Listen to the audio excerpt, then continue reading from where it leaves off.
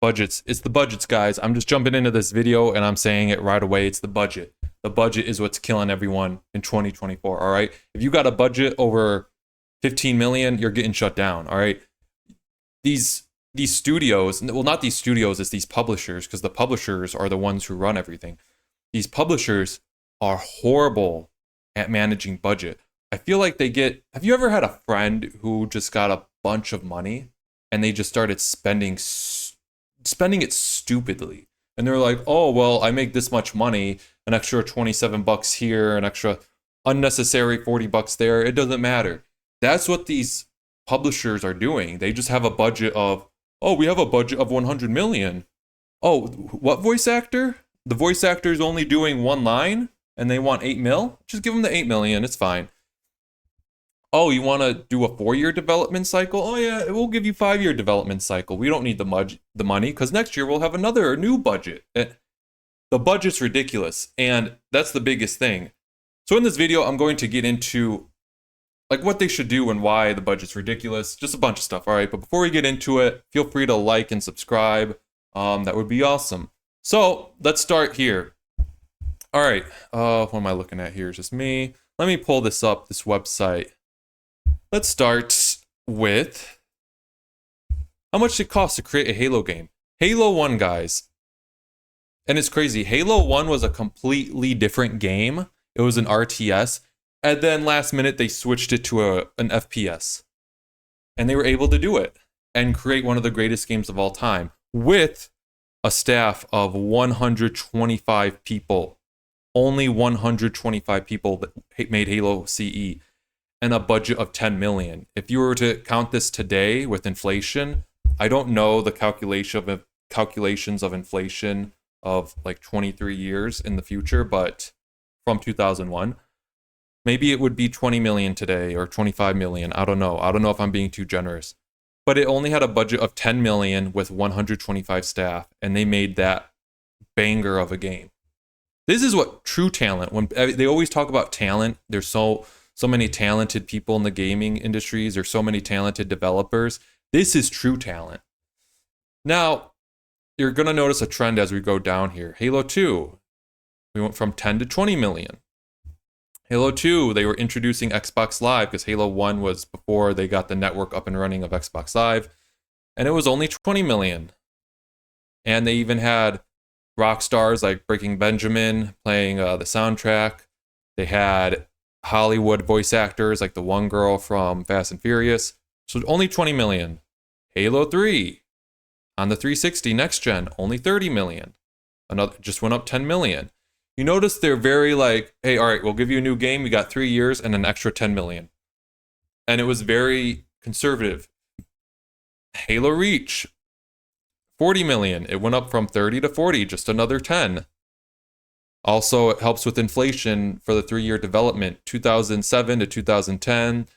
With inflation, the $10 million extra budget helps. Also from Halo 1 to 2 to 3.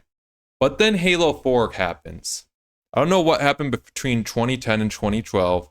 There's a new studio, obviously. Maybe they're just so disorganized at 343 that they're like, hey, we need over 100 million.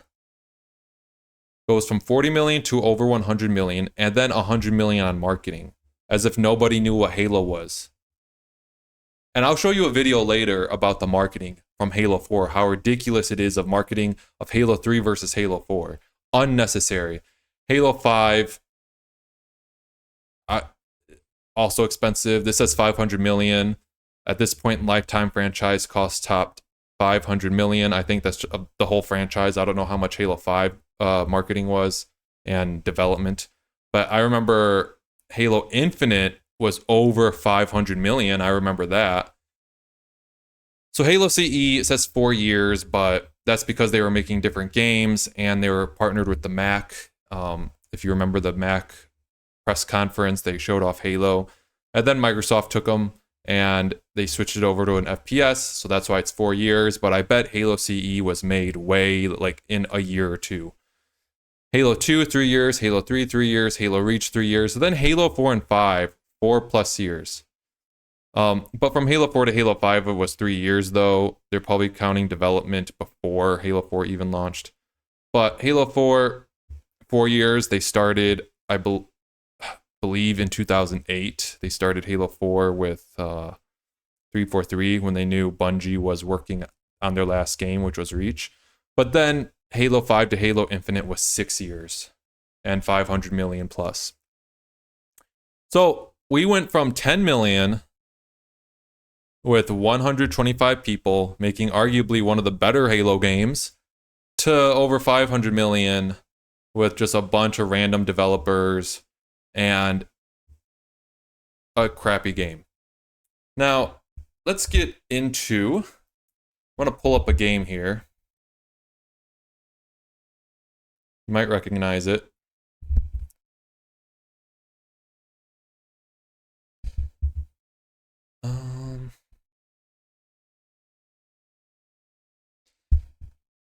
So this game right here, Stardew Valley. You might have seen this game before. You might have not seen this game before. And I don't know why this is not moving. But Stardew Valley, oh, there we go. Stardew Valley was made by one person. It was made by one person. All right. He worked in a cinema at the movie theater and worked on this game in his free time. And then I think maybe halfway through, he worked on it full time while his wife supported him. But this game was made by one dude over the course of a few years. And I saw a number online saying if he was a full-time employee working 70 hours a week on a generous salary of $200,000 over a few years, this game would be made, or this game would have cost like a little over $1 million to make. That's it for a game that sold millions and millions and millions of copies and profited. He made like, I forgot what the number was, but he made dozens of millions of dollars, if that's even a word, or a numerical number. He made a lot of money from this game. This game sold a lot, and it's very popular. It cost the budget a little over $1 million. One developer over a few years, didn't have a development cycle like Halo Infinite. And yeah, and even, I don't know what engine he used. I know people can make video games, and maybe whatever engines they use, they pay a fee to use it, or they buy it. I don't know. But he made this game at home on a PC, one person. Maybe another game that would sound familiar would be Minecraft. Remember Minecraft? You had Jez, you had Notch, and maybe one other person. I think Notch was by himself in the beginning, but they made Minecraft. So that game was like the most popular game in the 2010s. If you said, give me one game from the 2010s, even though Minecraft, I think, technically came out in 2009. But the full official release came out in, I think, the end of 2011 or early 2012. It was Minecraft. 3 people, Minecraft. And I don't think they spent dozens of millions of dollars making Minecraft. So these games nowadays costing so much money to make is just unnecessary. And they can make great games with less developers, using less developers, and a smaller budget. That's why there's so many great indie games out there with not a lot of developers. Get like 15 amazing developers, give them a budget of 5 million, and I bet they'd make a great game. Even if it's a multiplayer game, they'd make a great multiplayer game. Like, don't tell me the old Doom games, or there's a shooter that's like Doom back on the PC in the 90s. I forget what it's called, but it's like a multiplayer shooter that looks like Doom. Don't tell me that cost millions and was made by 900 employees. It wasn't. So one last thing I'm going to pull up here. Oops. Now, you may have remembered this trailer.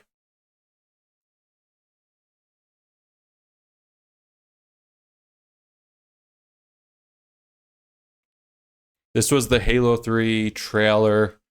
It's very iconic. And yeah, it was a banger of a trailer. And I'm sure producing this didn't cost that much money. Sure, like obviously they made it on their computers or they choreographed it and then CGI'd. I don't know what they did. But obviously these aren't real actors. I think it's all just computer generated.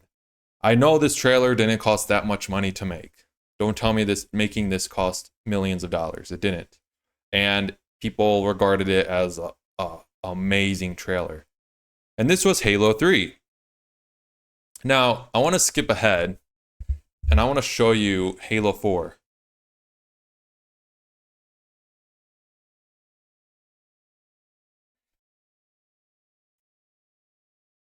Oh, we already are hiring real life actors. Look at this.